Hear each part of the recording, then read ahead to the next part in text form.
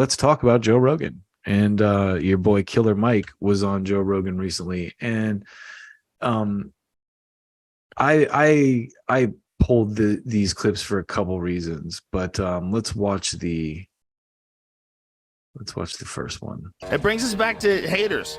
Yeah. They can get inspiration from people. You get juice. Yo, shouts out to that lady who's Emmy nominated that hates me. God bless your soul, woman. I had never thought about winning an Emmy in my life, but because you hated on me when I got, and she hates me for the most ridiculous reason. God bless her soul. She hates me just because I'm not a Democrat, do boy. You know what I mean? Like I've had Democrats I like and I push for them, especially locally. But I'm sorry, lady, I can't be a do boy. And God bless me to fuck around and get rich. I don't take money from any politicians or political party. So if you see me stand next to someone, it's because I really believe. And if they don't convince me to believe, I'm not going to stand next to them. I like that, and remember that. I think that's why Killer Mike is so popular again. It's like there's definitely a hunger for that type of integrity. And he's just saying, like, look, if you remember, he supported Bernie Sanders, big Bernie Sanders supporter. He went on the campaign trail with him, which we'll get back to. But yeah, anyway. Yeah. Right. She wanted me to stand next to somebody. I'm like, sorry, lady, I've had some conversations with her.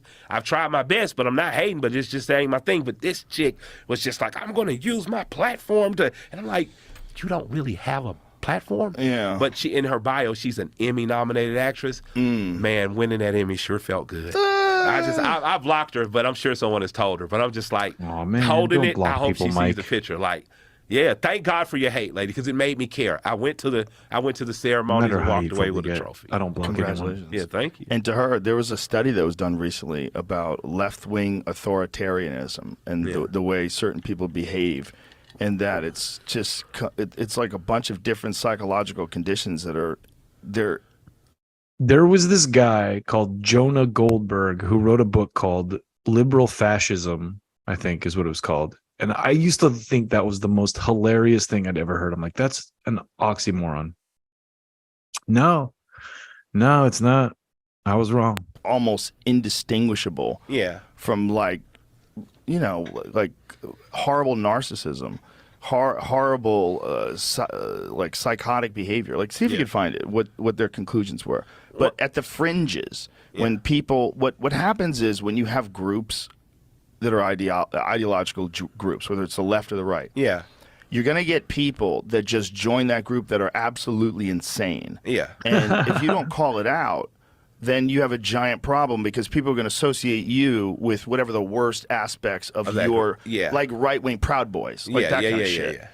The experts somehow overlooked authoritarians on the left. Many psychologists wrongly assume that coercive attitudes exist only among conservatives. Of course, it's a human characteristic. I did a speech for FIRE, for the organization FIRE, and I missaid, I'm sorry, the brown shirts of Italy, but what I meant was the brown shirts of Germany, that as the left, as you accomplish more power politically, don't use it as a bludgeon in the same way you've perceived it to be used against you. Right. That you have to rule, quote unquote, in a more fair and equitable way. You can't let your fair and equitable thoughts become totalitarian. Yeah, you also can't give in to this crazy instinct that we all humans have to be tribal. Yes. And I am a Democrat. I am a lifelong blue no matter who. You can't.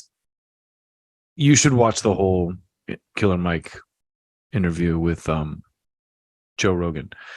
But it just the part he touched on about how he only supports causes that if he really believes it, I think that is so rare. And it just made me flash back to the Bernie Sanders days, the good old days. And so I just wanted to have a little bit of a feel-good moment and revisit those days for a second with your boy Orf.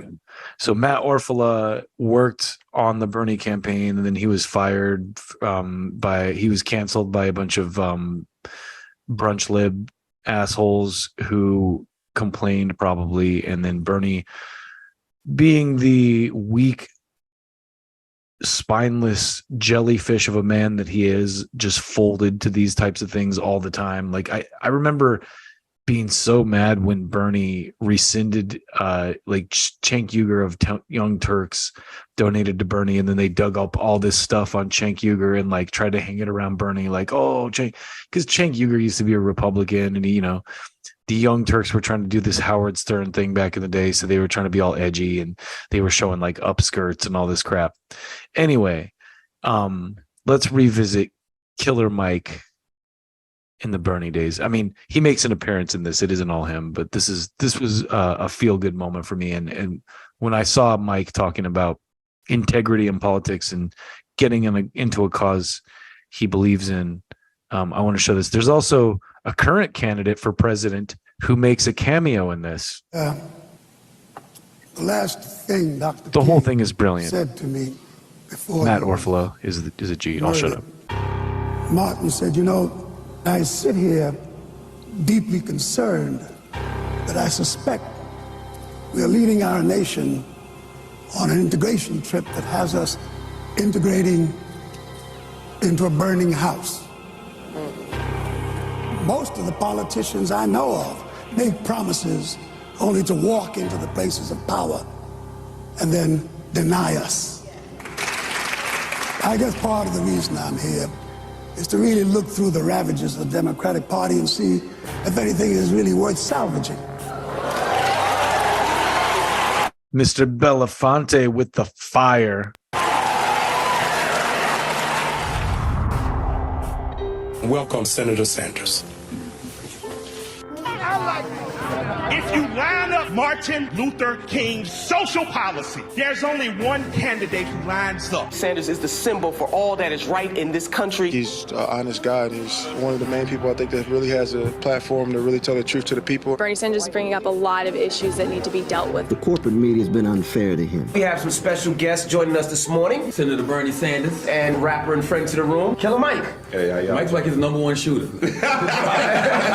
If you work 40 hours a week, you should not be in poverty. That's why I'm here. People are scared to go to the doctor because the bill would be so expensive. We as a nation have a moral obligation to have universal health care. He is a champion for civil rights. Ending a bullshit drug war. Making sure our children can go to college. And ladies, we want our whole damn dollar. When you have an opportunity to tell two black girls to shut up and get off stage and you don't, and you shake their hand and you smile and you step to the side and you listen, that is a firm difference from turning around and staring at a little black girl and saying, shut up, I'll talk to you later. I want to know how you feel about somebody calling you their firewall. You have to earn the black vote. You don't own the black vote. If I can find a picture of you from 51 years ago, chained to a black woman, protesting segregation, and I know 51 years later, you're willing to fold your arm, hold your hand, and listen to two black girls yell and scream, rightfully so. My life matters! As opposed to someone who will tell you to shut up. As opposed to someone who will tell you later when it comes to your children dying in the streets. Erica Garner, the daughter of Eric Garner, who died in a police chokehold, is supporting Sanders. Cornel West hitting the campaign trail for Senator Bernie Sanders. The only one running without a super PAC. The only one that ain't got all them big billions of dollars behind him. Bernie Sanders is not just talking about it. He wants to walk. If we can abolish slavery in this nation, if women can get the right to vote, universal health care can happen. Spike Lee is throwing his support behind the Vermont senator. Tuition-free college can happen. I'm not here to talk about a dream that we think is unattainable, so we settle for less. This is no time to take the tranquilizing drug of gradualism. The cause is right, and the time